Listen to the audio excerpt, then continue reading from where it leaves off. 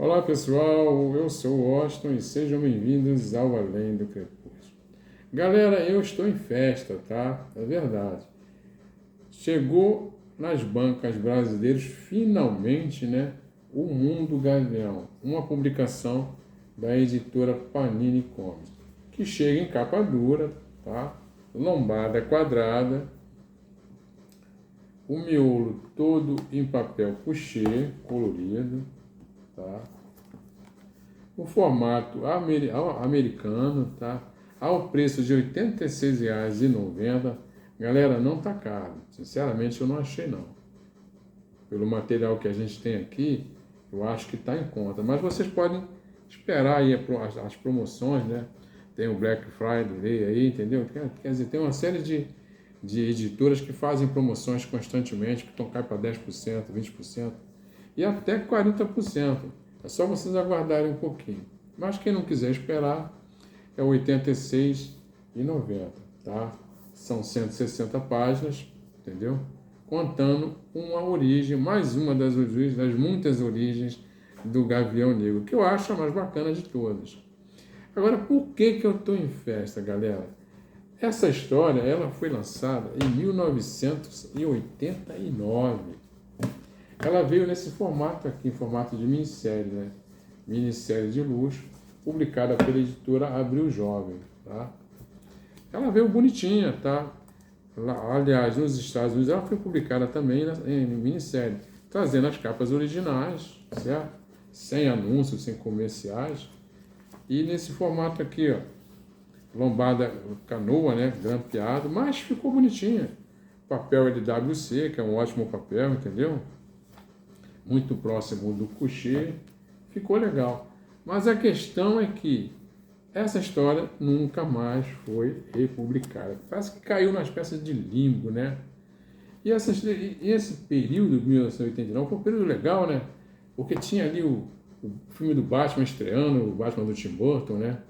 É a primeira vez que o Batman chegava aos cinemas com uma abordagem mais séria. E aí a gente teve vários especiais, várias histórias legais, entendeu? Então, a partir do sucesso do Cavaleiro das Trevas, né, e dessa história aqui, ó, Frank Miller com David Mazzucchelli, Batman 1, a DC resolveu, então, reformular os seus personagens. Bom, na verdade, de tempos em tempos, as editoras fazem isso, né? A última tinha sido em 1967. Havia uma reformulação em que os personagens como Mulher Maravilha, Lanterna Verde, Flash foram reformulados, entendeu? E aí, com o sucesso disso, quer dizer, a DC Comics começou a fazer outros revivais, né? Então ela incumbiu alguns autores, por exemplo, essa história aqui, Arqueiro Verde, né? Aqui foi o Mike Grill que desenhou e escreveu, gente. E o Mike Grill, ele não chegou a mexer na origem do personagem, mas ele mudou as características dele, tá vendo? Um novo uniforme, que eu achei que foi até mais legal, né, do que aquele chapeuzinho de Robin Hood, né, com aquela peninha, né? E ele parou de usar as chamadas flechas especiais, né? Flecha bumerangue, flecha tesoura, e passou a usar só as flechas comuns, entendeu? E ele produz, então, aqui uma obra visceral. Muito legal, gente, tá? E aí tiveram outros clássicos também, né? Odisseia Cósmica, tá vendo? Do Jim Starlin, o Mike Mignola, tá? O criador do Hellboy, né? E, aliás, o Jim Starlin foi o cara que criou o Thanos, tá, gente? Interessante. E o Messias também, né? Que é do Jim Starlin, com a arte do Bernie Wright, saudoso Bernie Wright. Aí, a Panini trouxe todo esse material pra gente. Ela lançou todos esses grandes clássicos dos anos 80, a Panini trouxe. Mas o Mundo Gavião, ela nunca tinha trazido, quer dizer, demorou 36 anos. Né? Ela tinha esse nome aqui, Gavião Negro, né? No Brasil foi traduzido assim, mas o nome dela realmente é Ralph Ward. E a Panini fez a gentileza de publicar com a tradução original, tá? Mundo Gavião. E olha, não foi falta de pedir não, porque eu escrevi diversas cartas para a Panini. Gente, vocês estão trazendo tudo. Por que não trazem o Mundo Gavião, né? o Gavião Negro. Mas agora, finalmente, está nas bancas, gente. E tá com preço legal, tá valendo muito a pena. Então, deixa eu mostrar para vocês do que se trata isso aqui. Bom, o Gavião Negro é um dos personagens cuja origem é mais controversa. Existem diversas origens, né? Ele foi criado por um sujeito chamado Gardner Fox, tá? E teve grandes desenhistas ao longo da sua história, como, por exemplo, o Joe Kubert, né? Que fundou a escola Joe Kubert, aonde esse indivíduo aqui estudou. Ele chama-se Timothy Truman, gente. O Timothy Truman, então, ele escreve o roteiro e desenha essa história. E ele tem ali a ajuda do Henrique Alcatena, tá? Que é um grande arte finalista, e as cores maravilhosas do Sam Parsons. E aqui o Gavião Negro é um extraterrestre que vive num planeta chamado Tanagar. Tá? Um planeta onde os homens têm asas, né? Eles podem voar, né? Apesar a partir da criação de asas artificiais, eles conquistaram então o céu, né? E vivem numa cidade que fica bem distante ali em altas montanhas, né? Bem próximas do céu e distante da terra, né?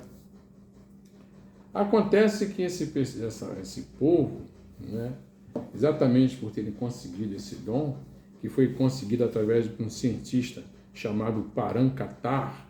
O Parankatar é o pai dele, tá? O nome dele é Katarhal, tá? É um nobre, um aristocrata, tá vendo? Criado com toda a pompa, né? Mas muito observador, né? Com aquele dom de ficar indagando, de questionando por que isso e por que aquilo. E enquanto esse povo vive na mais perfeito luxo, né? Do bom e do melhor, e esbanjando alimentos, né? Roupa, grandes edificações, né? Casas, né? Belíssimas, luxuosas. E embaixo vive o povo que não conseguiu esse dom, que não conseguiu as asas. É uma mistura de seres humanos com toda espécie e tipo de alienígenas também. Eles são considerados uma escória, gente. Eles são a ralé, sabe? E os homens voadores tratam eles como nada, como lixo, né? Esse povo vive praticamente do que os tanagarianos lá no alto de suas mansões, né? Nas alturas, jogam latrilha abaixo, entendeu? Certo dia, então, o Katarhal resolve entrar para a polícia, né? E passa a ser também ali monitor, né? E patrulhar o mundo ali embaixo, né? Os povos que vivem ali embaixo. E aí ele vai se dar conta da maldade, da crueldade, né? Que o luxo que eles ostentam, ele existe graças à pobreza e à miséria desse povo. Gente, a história é muito legal, tá? Eu vou mostrar para vocês a arte, porque a arte é impressionante. Pois é, galera. Então essa é a edição, ela traz uma nova capa, tá vendo? Porque as capas da minissérie eram essas aqui, ó. 1, 2, todas belíssimas, com a arte do Timothy Truman, tá vendo? Então ela traz com uma nova capa, né? A tradução correta, Mundo Gavião, tá vendo? Com verniz, né?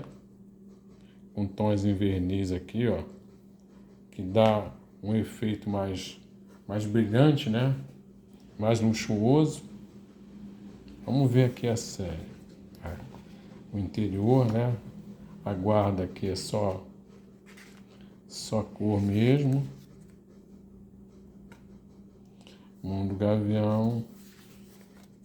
Tem uma introdução aqui do editor da época, né?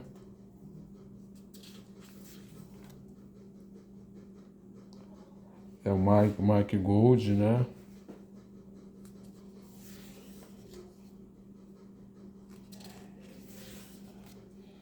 Olha só que arte, galera.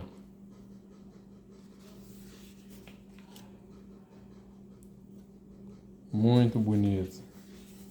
Além de ele ter uma arte bem realista e bem detalhista, ele tem uma diagramação, gente, fascinante. Vou mostrar para vocês alguns lances, tá vendo a diagramação, né?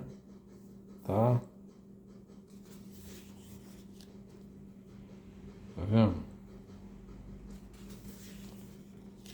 Percebe a diagramação? Olha, passo a passo, né? Ele vê o rosto dessa garota aqui. Essa garota aqui vai contar muito na história dele, vai ser muito importante na história. Tá vendo? Ele vai observando, observando. Aí descobre um depósito de armas, tá vendo? Clandestinas escondidas, né? Lá embaixo. Olha aqui quando o capitão dele aponta a arma para ele, tá vendo? Ó? Aqui você vê o cara apontando a arma, e aqui você vê ele com a arma na cara dele.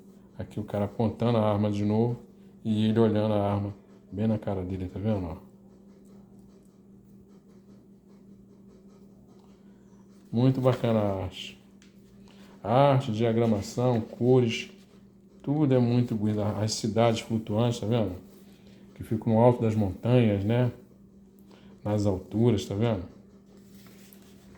Tudo luxuosas, altos palácios, né?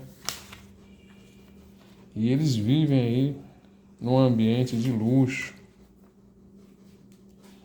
Tá vendo?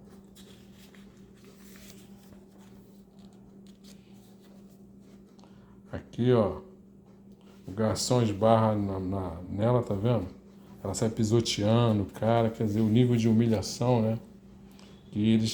O desdém que eles têm para com o povo que vive ali embaixo, né? Alienígenas e outros seres humanos, tá vendo? Mas é tudo muito empolgante, muito assim, cinematográfico. Olha que arte, galera. E ele vai, então, se questionando, né? Isso tá certo, gente? A gente viver tão bem, né? A gente tem tudo, né? A gente voa. Nós temos as asas, né? As asas que o próprio pai dele criou, né? Para a melhoria do mundo, mas que acabou virando uma coisa ruim, tá vendo? Aí ele vê desenhos nas cavernas, as pessoas correndo, né, com medo dos alados, tá vendo? Então os alados são eles, né? Então é tudo muito bonito, muito bem desenhado. E realmente eu não sei por que cargas d'água essa história demorou tanto para ser publicada no Brasil. Mas, como diz o ditado, antes tarde do que nunca. Tá aí ela agora bonitinha, do jeito que ela merece, encadernada em capa dura, com papel de ótima qualidade, né? Um couchê aqui, ó, maravilhoso, tá vendo? Muito, muito show, galera. Então tá aí a dica, tá? Não vou mostrar tudo para não perder a graça, mas tá aí a dica, tá? Isso realmente não pode faltar na sua coleção. Isso é um marco dos quadrinhos, viu, gente? Um verdadeiro marco, tá?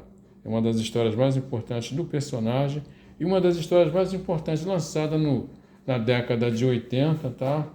E que é responsável por toda uma revolução, né?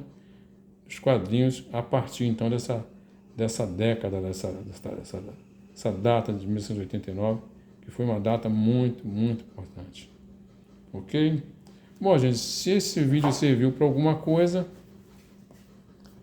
eu peço que vocês deem um like aqui além do Crepúsculo, se inscrevam no canal, entendeu, gente? Comentem aqui embaixo sobre o que vocês acharam do vídeo e não se esqueçam de compartilhar com o mundo, ok? E como eu sempre digo, a gente vai voltar a se ver. Aquele abraço.